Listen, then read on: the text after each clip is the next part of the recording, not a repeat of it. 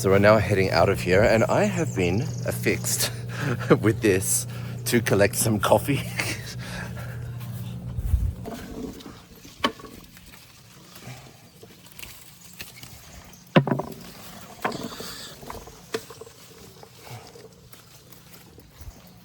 Hey everyone, I'm Tim, and I've just finished a 9-month odyssey around Latin America. Now I'm reopening my diaries, and this time I'm bringing you along with me. Week by week, country by country, all the colors, all the craziness, all the food, all the music, and all the splendor. 9 months when each morning was a new adventure. The road was my companion, and Latin America cast its spell on me. This is my Latin America Diaries. Welcome back to Latin America Diaries, and as I mentioned earlier, I travelled from Medellin by bus for about 10 hours to reach Eje Cafetero, which is the centre of Colombia's legendary coffee production. Of course, as I mentioned, this was like a pilgrimage for me. I mean, I wouldn't be half the man that I am today if it wasn't for coffee. If you have coffee running through your veins, then please make sure that you subscribe. I will not provide you with caffeine, but I will show you how to get that. Like this video, subscribe, and hit the bell icon to make sure that you are notified when I upload more videos from this series. And if you're enjoying what you're seeing, please share my content and tell your family and friends about it. It really means a lot to me and helps me grow this YouTube channel. It was late in the afternoon by the time the bus from Medellin dropped me at the turnoff for Salento on the side of the highway. I waited there for one of the regular jeeps that make their way along the side road to Salento, where I checked in at the OK Hostel Casa de Lili. Eje Cafetero occupies a piece of the Colombian psyche like no other.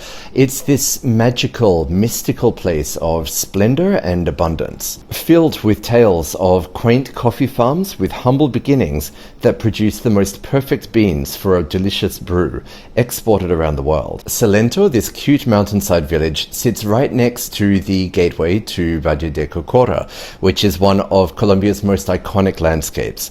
So that afternoon that I arrived, I just chilled out, and the next morning I jumped in a jeep and started making my way towards Valle de Cocora.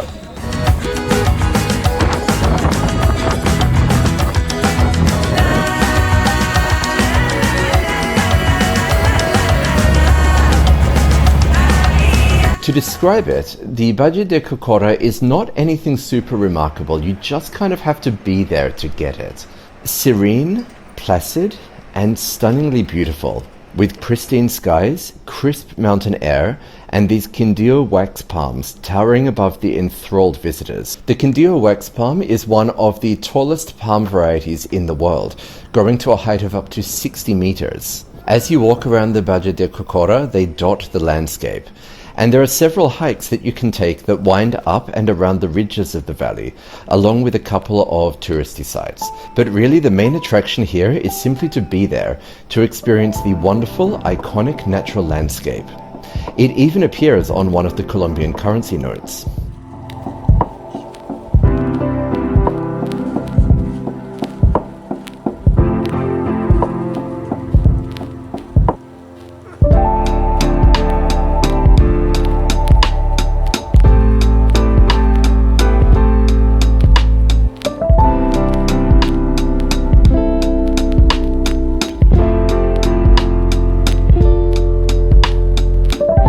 When you're walking around the valley, there's something so special about it. You feel like you're on top of the world and you're drinking in the purest air and most spectacular scenery. It feels like a little slice of heaven, and while there are no coffee plantations in the Valle de Cocora because it is a protected area, there are plenty in the area, so this is the perfect place to pick up a brew and sit there and sip it in. To be up there, breathing in the crisp, clean mountain air, sipping on a delicious café tinto, which is the black coffee of Colombia, and gazing out at this breathtaking landscape of rolling verdant hills, punctuated by spindly palms soaring skywards. It's like all of your Jack and the Beanstalk imaginings come true. Now, I had arrived there early in the morning because I had been warned that later in the day the mist tends to roll in, and roll in it did. Later in the morning, much of the valley is no longer visible from the viewing platforms. I was actually on one of the highest viewing platforms of the circuit when it began to roll in, and it was remarkable to watch. It almost brought a tear to my eye to see the mist as it moved in, gracefully, ethereally, and mysteriously, weaving its way around the palm trees, enveloping the foliage, and eventually taking the valley from our view, perhaps back to the world to which it belongs, whichever heavenly abode that is.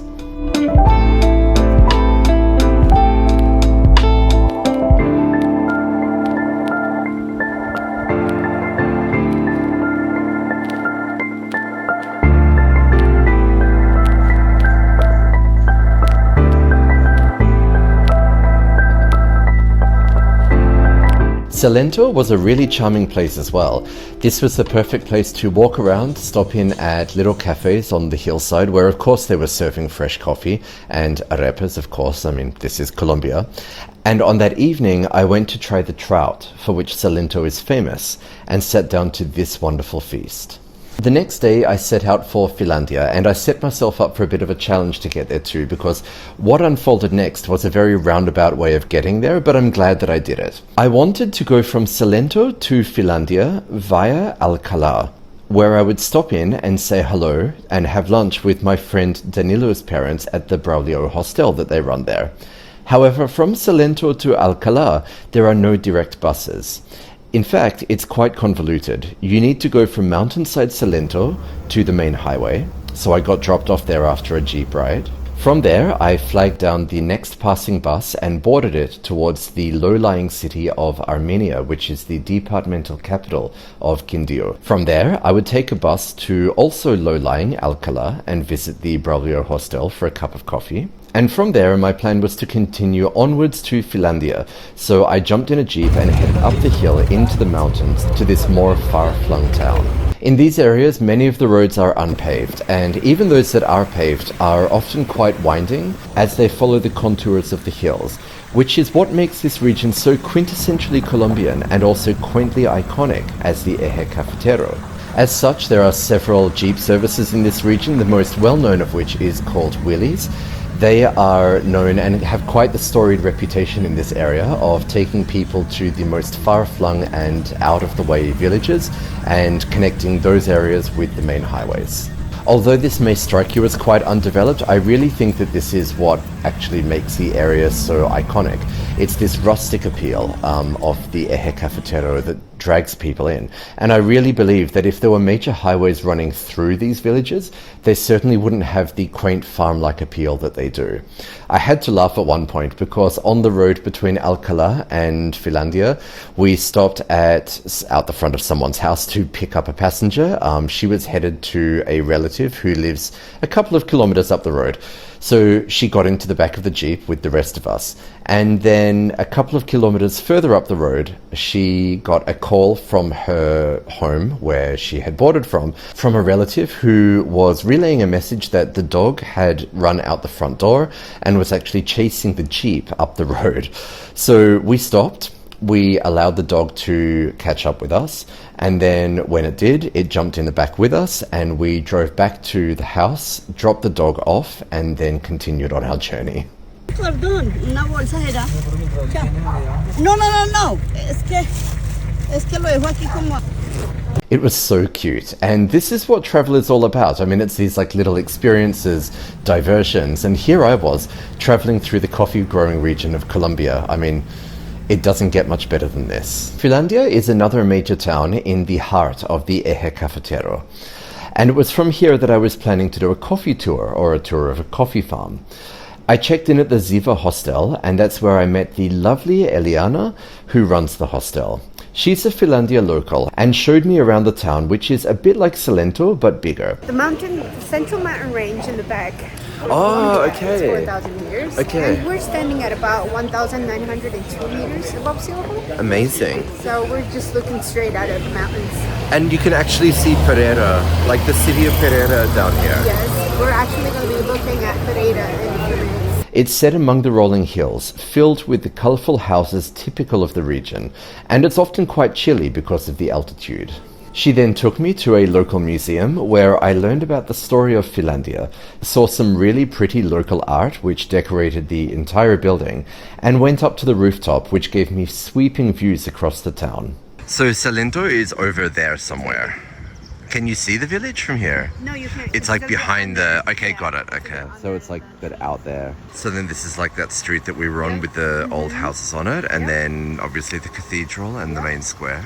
I was even able to get myself up into and sit inside a giant suspended coffee cup, ignoring Eliana's concerns about the structural integrity of the cup itself. From there, we went to a little cafe for our next coffee, because obviously when in Rome, and that's where I got to see buñuelos being prepared before tasting them. Okay, so these ones are fresh and hot. Yeah, they are. They're warm, actually. They're straight out of the... Yeah, okay. Yes, buñuelo time. Here we go. They're really light, actually. Yes, they are. They're lighter than I expected. They're really good. Cheesy, slightly sweet. Like slightly sweet? There's like a sweetness in there? I can't... It's nice and sweet. It's not... You get really salty cheese back in Europe. This is nice and sweet cheese. Me encanta. I think I'm in love. Buñuelos are the best.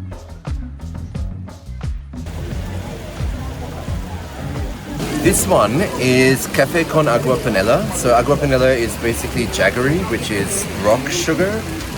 In Urdu it's called gur and gur. And if you speak Urdu, then you would be familiar with that. And it's basically coffee made in the Agua Panela. And so I'm assuming it's going to be sweet. Here it goes.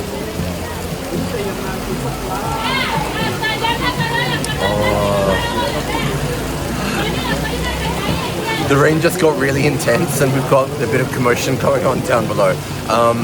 Yeah, this is what I'm looking out at here. This tastes like Arabic coffee. Actually, this is what like I'm thinking about when I was traveling in Syria and Jordan. This is what the coffee tastes like. It's really good, but it's actually, it tastes fresher than that. It's really good. I think I'd probably give myself diabetes if I had it every day, but it is really good. Eliana and her Ziva hostel offer connections with coffee tours in the region around Filandia. However, I was there in the off-season. Although this was the lead up to Christmas, it wasn't quite the holidays. So it was a fairly quiet time for me to be in Filandia. As such, there weren't many coffee tours running. Unfortunately, despite her best efforts, we just couldn't get the coffee tour lined up in and around Filandia. I had been in touch with Danilo's parents in the Braulio hostel ever since I left Alcalá, and we had been discussing the possibility of doing a coffee tour, and they had told me that they knew someone in the hills around Alcalá who would be able to offer me one. So although I hadn't planned to double back to Alcalá, that was what actually took me back there and away from Filandia, because I wasn't going to leave the Eje Cafetero without visiting a coffee farm, of course. I felt a little bit bad about leaving Eliana and Ziva Hostel and Filandia so early, but it was one of those things that I knew that I wanted to do a coffee tour, and that was much easier at that time to arrange from Alcalá than Filandia. However, if you're there at another time of year, definitely check both out, because, I mean, normally it is absolutely possible to do it from Filandia. I think my timing was just wrong.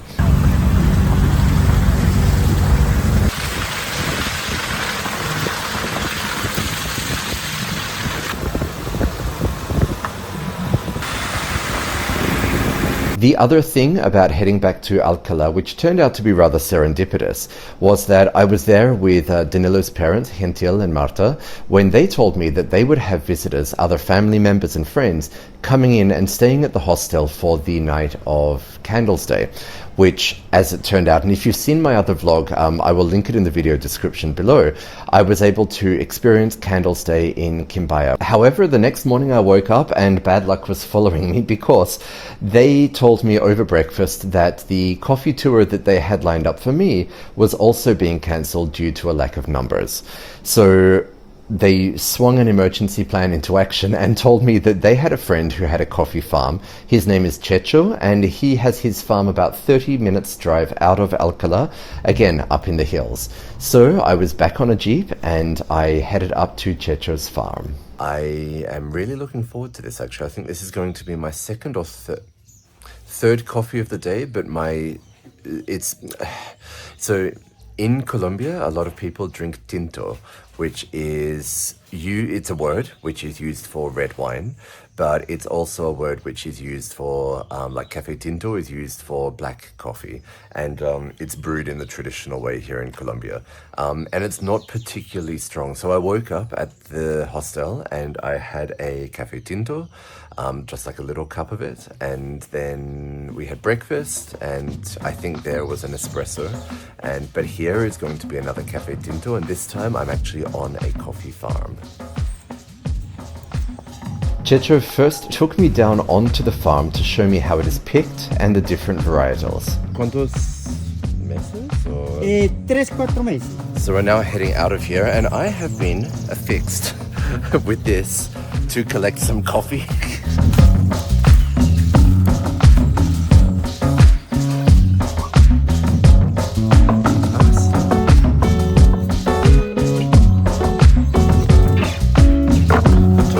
¿Todos? Sí, los rojos. Los rojos. Okay.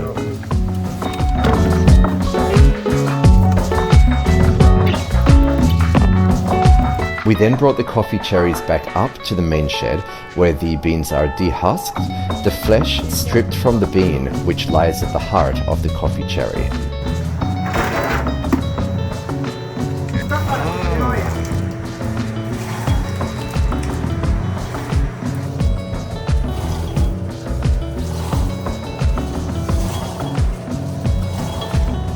Lo llamamos miel. Miel. Sí. Similar to miel. Ah, sí. It's like, see, it's really like, there's like a skin on them.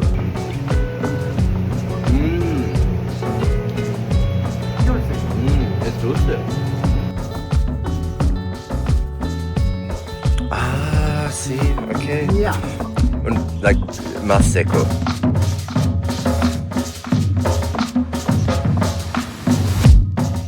Checho does not roast the beans on site, he sends them to a roaster in the city. However, he does sell roasted beans, often packaged and distributed from there, and many are brought back to the farm where he sells them himself.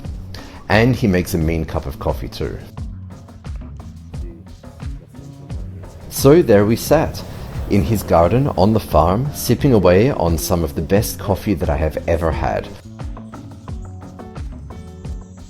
I mean, it was just like a dream. And then, like all dreams, it had to come to an end. And so I waited by the roadside for a passing jeep, jumped in, waved goodbye to Checho, and then made my way back down under the bridges that link the coffee farms that straddle the main road. We travelled back down the hill to Alcalá under those bridges, and once at the hostel, I said goodbye to Danilo's parents once and for all, and made my way to the bus station before my ride to Armenia, where I would spend the night before my onward journey. Eje Cafetero, it's like a dream. And I keep saying that, but it's so true. This really was the Colombia and the travel experience of my dreams. And thank you so much to everyone that I met in the region. Everyone in Alcalá, Eliana, in the Ziva hostel, in Filandia, and everyone that I met on the journeys along the way. It was just so magical. Now, if you want to see more of this dreamlike country, Colombia, please make sure that you subscribe, because next week we will be heading to the capital, Bogota.